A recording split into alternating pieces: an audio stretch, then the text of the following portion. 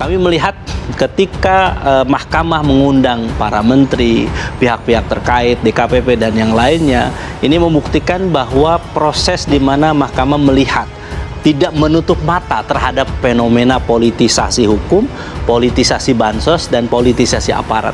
Dan yang keempat adalah ketidakprofesional atau tidak bekerjanya secara baik para penyelenggara pemilu, yaitu KPU dan Bawaslu. Jadi bagaimanapun hakim-hakim ini tahu batas etis yang sedang mereka perjuangkan.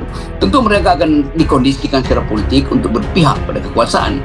Tetapi nggak mungkin Saldi Isra, Soehartoyo, Bu Heni, Arief Hidayat, apalagi itu mau disebut sebagai Arief Usman, kan nggak begitu tuh. Jadi dengan sedikit bercanda kita tahu bahwa ya hakim-hakim ini meneduhkan diri untuk tidak diganggu oleh berita-berita yang mereka mungkin tinggal lihat bagaimana pameran cincin, tapi nggak ada pameran otak di situ, pameran podcasting yang macam-macam, sambil dia merenung bahwa negeri ini membutuhkan perubahan politik, dan demi perubahan politik itu keadilan di Mahkamah Konstitusi harus dimulai tanggal 22. Jadi kita tunggu itu dengan kegembiraan sebetulnya. Dan yang cemas itu biar aja, karena yang cemas biasanya nggak punya poin tentang masa depan Indonesia. Kalau kita melihat tadi ya bahwa ada kerja Bawaslu dan KPU yang disitulah mereka tidak profesional, kemudian cenderung tidak memproses semua laporan yang kita lakukan, maka memang sudah seharusnya kepada siapa lagi kami bisa mencari keadilan kecuali ke Mahkamah Konstitusi.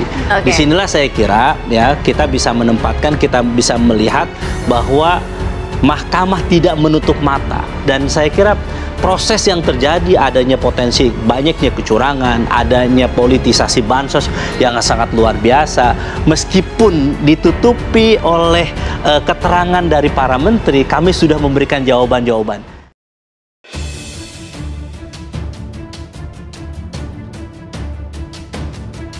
Empat menteri dicecar Hakim MK soal Presiden Jokowi rajin wirawiri bagi bansos di Jateng.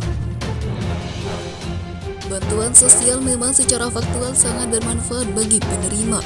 Namun seringnya Presiden Joko Widodo wirawiri membagi bansos selama masa kampanye Pilpres justru memunculkan polemik yang berujung ke sidang Mahkamah Konstitusi. Terkait dengan pembagian bansos tersebut, MK menghadirkan 4 orang menteri untuk memberikan keterangannya. Mereka adalah Menko Perekonomian Airlangga Hartarto, Menko Pembangunan Manusia dan Kebudayaan Muhadjir Effendi, Menteri Keuangan Sri Mulyani, dan Menteri Sosial Tri Risma hari ini.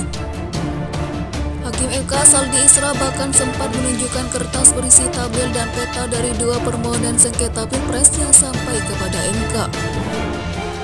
Seperti diketahui, permohonan tersebut datang dari paslon nomor 1 Anies Baswedan dan paslon 3 Ganjar Pranowo.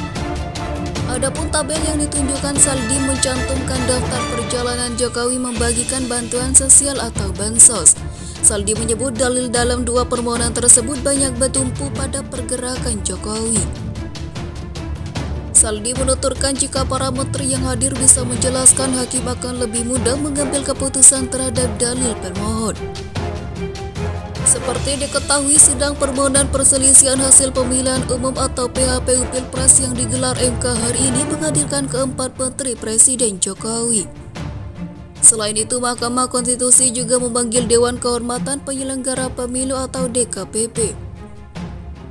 Kelima pihak dipanggil untuk memberikan keterangan sehubungan dengan dalil-dalil Anies dan Ganjar Pranowo mengenai dugaan kecurangan pemilu 2024. Di antaranya lewat bantuan sosial atau bansos, pengerahan kepala desa dan aparat dan sebagainya.